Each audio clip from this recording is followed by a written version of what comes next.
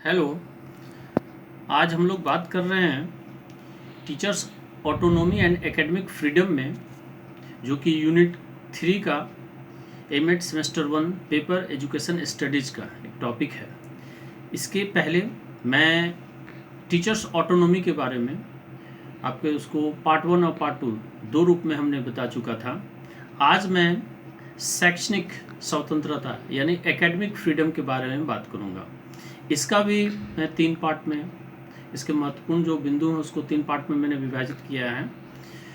सर्वप्रथम मैं शैक्षणिक स्वतंत्रता के बारे में कुछ आपको बताऊं कि एक्चुअल में शैक्षणिक स्वतंत्रता एकेडमिक फ्रीडम क्या होता है। Academic freedom in the sense that means express the feeling of the teacher, यानी शिक्षक अपने फीलिंग, अपने भाव को कैसे स्वतंत्र होकर प्रदर्शित कर सके अपनी गतिविधियां छात्रों को पढ़ाने के दौरान, और अपने पब्लिकेशन, अपनी कार्य करने की शैली।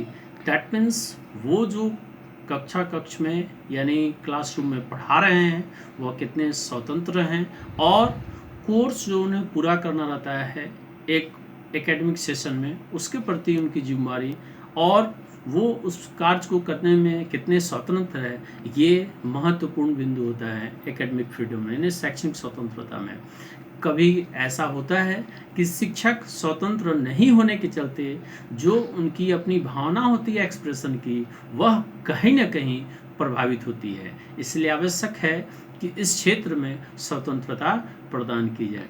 तो इस चीज़ को ध्यान में रखते हुए इस शैक्षणिक स्वतंत्रता को यानी एकेडमिक फ्रीडम को हमने 3 पार्ट में विभाजित किया है। आज मैं आपसे बात करूँगा मीनिंग ऑफ एकेडमिक फ्रीडम यानी शैक्षणिक स्वतंत्रता का अर्थ, और कैरेक्टरिस्टिक्स फीचर यानी शैक्षणिक स्वतंत्रता के क्या क्या गुण होते हैं या उसकी क्या क्या विशेषताएं होती हैं, इसके बारे में बात करूंगा। और उसके बाद मैं शैक्षणिक स्वतंत्रता यानी what is not the academic freedom, क्या एकेडमिक फ्रीडम नहीं होना चाहिए या नहीं होता है, उसके बारे में भी बात करूंगा।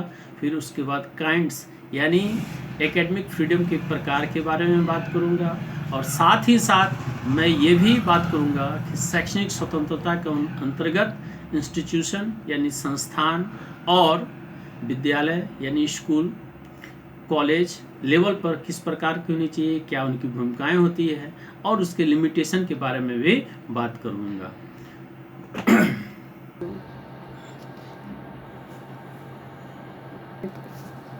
तो मैं that means discuss about the academic freedom, meaning of academic freedom.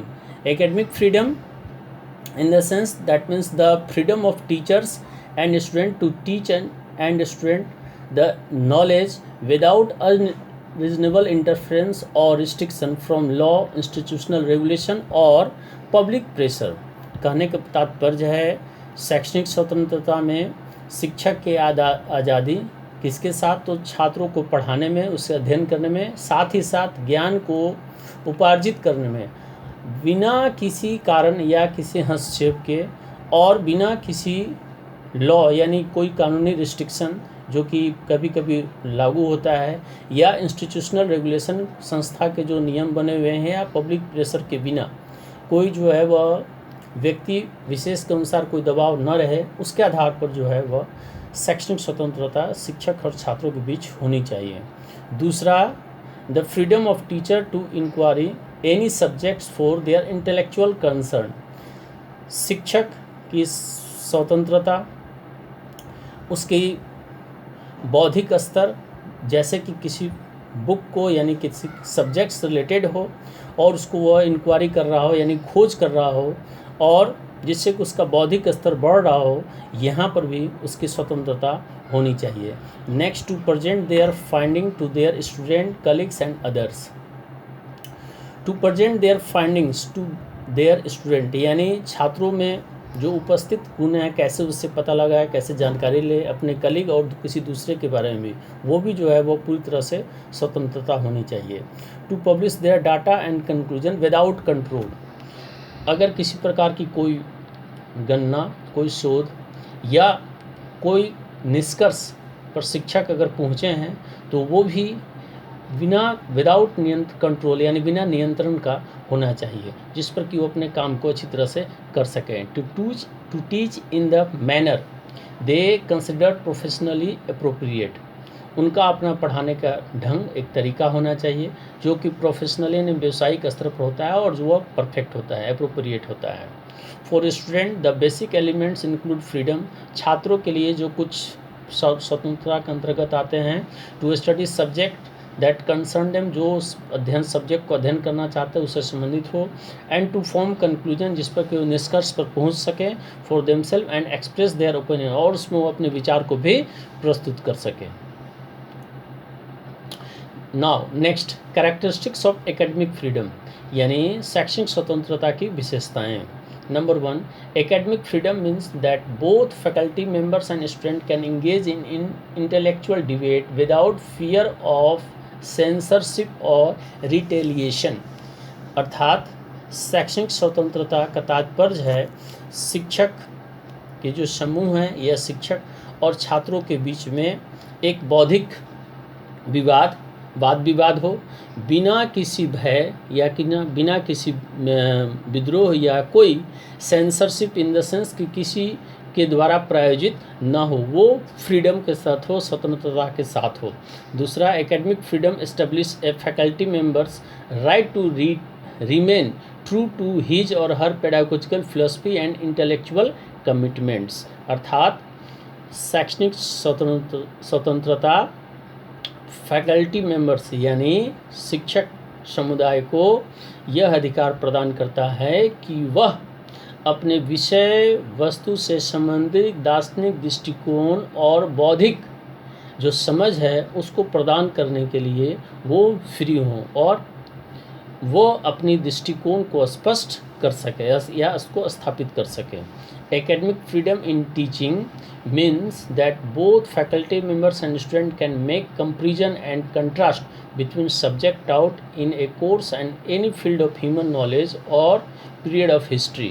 शैक्षणिक स्वतंत्रता अर्थात इन टीचिंग मीन्स जिसमें कि छात्रों को पढ़ाने के शैली से है, जिसमें कि कोई कंपेरिजन का आधार न हो। कैन मेक यानी कंपेरिजन एक स्पष्ट और विपरीत जो कंट्रास्ट है वो मैंने छात्रों के जो विषय से संबंधित जो बातें हैं वो, या फील्ड ऑफ ह्यूमन नॉलेज जो मनुष्य के ज्ञान से संबंधित हो, और जो पीरियड ऑफ हिस्ट्री यानी जो इतिहास में जो इतिहास काल के अनुसार जो गतिविधियां हैं उसके अनुसार हो, ताकि वो अपनी बातों को स्पष्ट तौर पर अपने शिक्षण गतिविधि के दौरान रख सकें, स्पष्ट कर सकें। उसका कोई कंपेरिजन या कंट्रास्ट जो है वह सब्जेक्ट के विषय के अनुसार होनी चाहिए।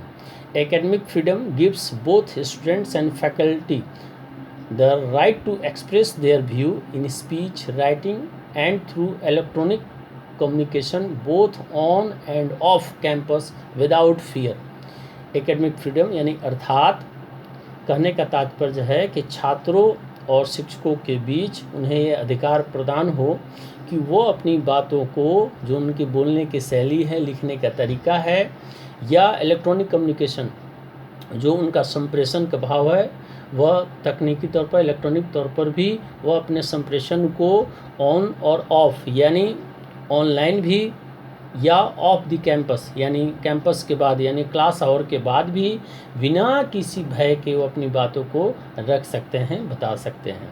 Academic freedom gives both student and faculty the right to study and do research on the topic they choose and to draw their what conclusion they find consistent with their research.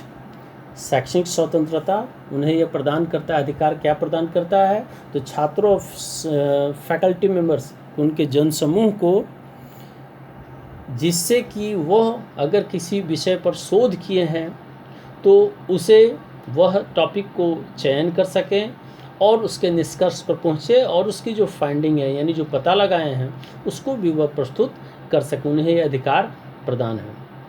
शैक्षणिक स्वतंत्रता यानी academic freedom means that the political, religious और philosophical belief of the politician, administrator and members of the public cannot be imposed on students और faculty. शैक्षणिक स्वतंत्रता में ये स्पष्ट चीज़ें हैं कि राजनीतिक स्तर पर, धार्मिक स्तर पर या दार्शनिक दृष्टिकोण या बिलीफ ऑफ पॉलिटिशियन, जिस पर के पॉलिटिशियन को या राजनीतिक वाले को विश्वास हो, एडमिनिस्ट्रेटर या मेंबर्स ऑफ द पब्लिक, जो जनसमूह के जो व्यक्ति हैं वो अपने जो विचार हैं उनको या विश्वास है वो इम्पोज यानी थोप नहीं सकते हैं या उनके ऊपर में लागू नहीं कर सकते हैं स्टूडेंट या किसी फैकल्टी मेंबर्स के ऊपर में। इसलिए वो अपनी जो पढ़ाने की शैली है या सीखने की जो शैली है वो उसके लिए वो स्वतंत्र हैं।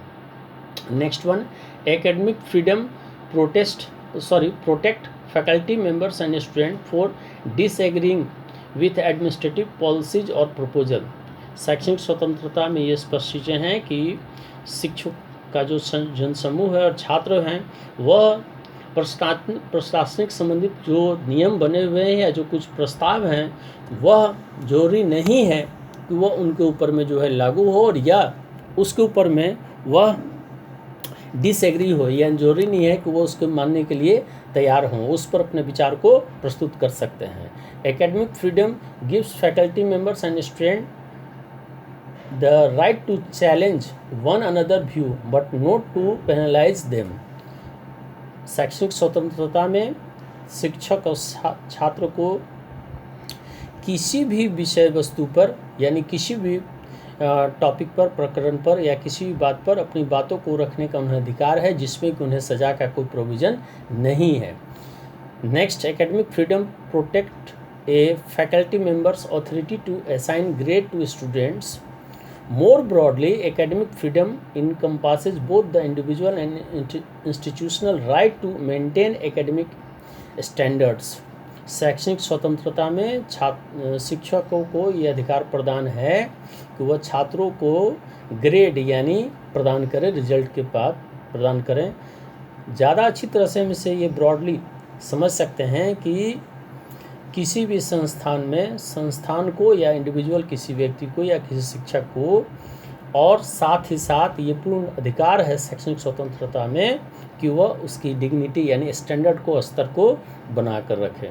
Next one, in academic freedom gives faculty members in deciding how to teach and courses for which they are responsible. शैक्षणिक स्वतंत्रता में शिक्षक को ये पूर्ण अधिकार है कि उन्हें जो सिलेबस प्रदान किया गया है उसके लिए वो पूरी तरह से जिम्मेवार हैं, साथ ही साथ वह किस तरह से उसे पढ़ाते हैं उसके लिए वो रिस्पॉन्सिबल हैं। Academic freedom and last, academic freedom guarantees that serious charges against faculty members will be heard before A committee of his her peers। It provides faculty members the right to present counter evidence against their accusers। शैक्षणिक स्वतंत्रता में यह guarantee ये सुनिश्चित की जाती है कि किसी भी प्रकार की समस्या अगर फैकल्टी मेंबर पर या कोई उन पर इल्ज़ाम लगता हो तो उनकी सुनवाई कमिटी, जो कि शिक्षक के समूह का ही कमिटी हो, उस पर सुनवाई हो। साथ ही साथ उन्हें अधिकार प्रदान होता है कि जो एक्यूज है, जो दोषवार है, जो जिसने उस पर दोष लगाया है उसके प्रति वह अपना सपोर्ट में एविडेंस यानी अपने प्रूफ को वह या उनके पास जो सबूत है उसको प्रस्तुत कर सकें।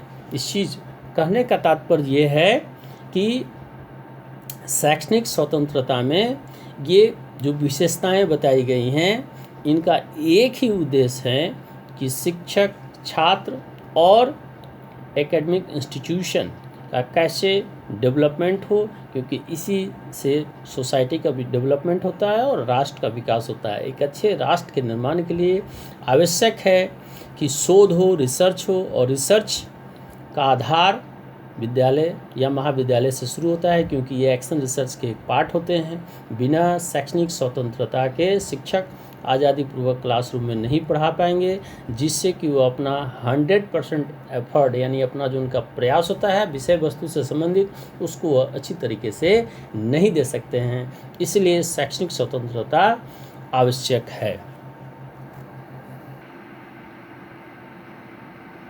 तो आपने देखा कि अभी मैंने आपको शैक्षणिक स्वतंत्रता का अर्थ यानी academic meaning of academic freedom के साथ साथ शैक्षणिक स्वतंत्रता की विशेषताएं यानी कैरेक्टरिस्टिक्स ऑफ एकेडमिक फ्रीडम के बारे में विस्तार से बताया, और अंत में ये बात स्पष्ट करना चाहता हूँ कि शैक्षणिक स्वतंत्रता आवश्यक ही नहीं बल्कि अनिवार्य है। वर्तमान परिप्रेक्ष्य में, वर्तमान समय में जो शैक्षणिक यानी एकेडमिक प्रोसेस प्रक्रिया चल रही है, उसमें जब तक शैक्षणिक स्वतंत्रता प्रदान नहीं की जाएगी शिक्षकों को, तब तक हम पूर्ण रूप से बच्चों का सर्वांगीण विकास के बारे में नहीं सोच सकते हैं। साथ ही साथ अगर शिक्षक का सर्वांगीण विकास चाहिए तो उसके लिए भी शैक्षणिक स्वतंत्रता आवश्यक है। In the sense that means academic freedom it is not a need, rather it is compulsory for the teacher along with the student for the all round development of the teacher as well as the student. So I think, my dear student, you have to listen carefully the video and you have to prepare your notes according to the provided video and the explained topic. Thank you.